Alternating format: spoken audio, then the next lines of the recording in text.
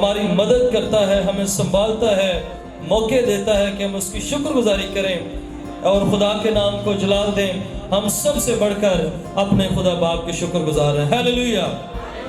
اور یہ زوردار تالیاں بجا کے خدا باپ کی شکر گزاری کیجئے۔ ہیلیلویا!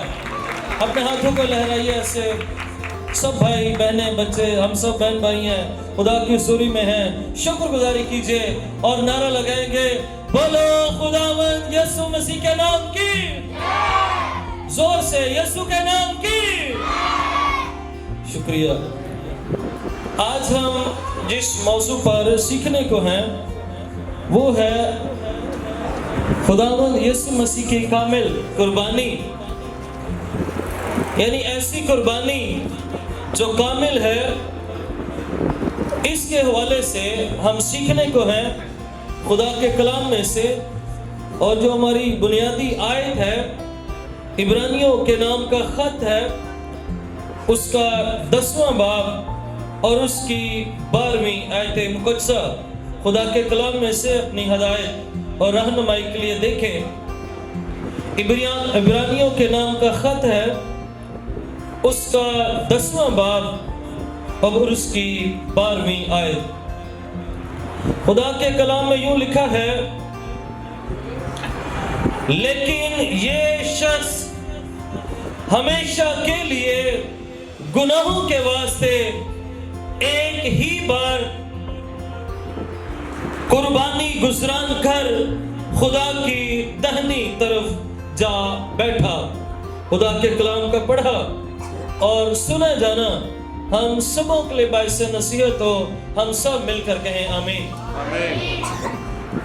لفظ جو عبرانیوں ہے، یہ عبرانی قوم سے ہے، عبر سے ہے، اور مدو سلاد سے، بگننگ سے، شروع سے اس کی ابتدا ہے۔ اور عبرانیوں کے خط کے حوالے سے بہت ساری یہ باتیں ہیں کہ اس کو کس نے لکھا۔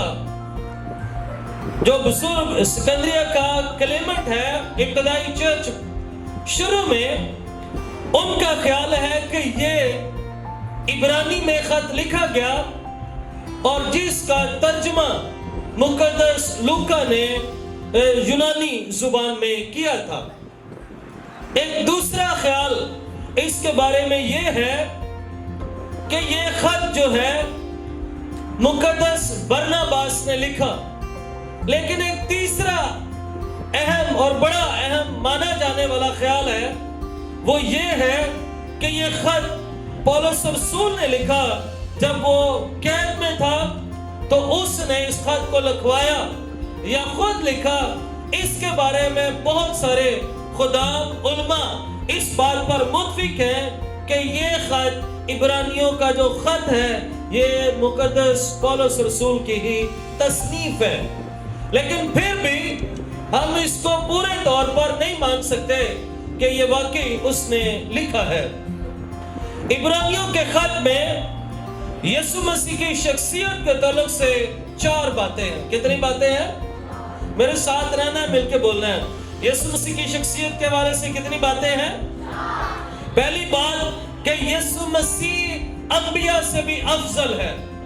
دوسری بات، یسوع مسیح فرشتوں سے بھی افضل ہے۔ تیسری بات، یسوع مسیح مقدس موسیٰ سے بھی افضل ہے۔ اور چوتھی بات، یسوع مسیح مقدس یشوع سے بھی افضل ہے۔ 4 باتیں یسوع مسیح کی شخصیت کے تعلق سے، اور پھر 4 ہی باتیں یسوع مسیح کی خدمت کے تعلق سے ہیں۔ کتنی باتیں ہیں؟ میں چاہتا ہوں مختصر سا تعارف آپ کے سامنے ہو جائے تاکہ آپ کو عبرانیوں کے خط کی لٹل بٹ انڈرسٹینڈنگ ہو جائے۔ 4 باتیں ہیں یسوع مسیح کی خدمت کے تعلق سے۔ یسوع مسیح اس خط میں بطور کاہن نظر آتا ہے۔ دوسری بات، وہ مل کے صدق کا کاہن نظر آتا ہے۔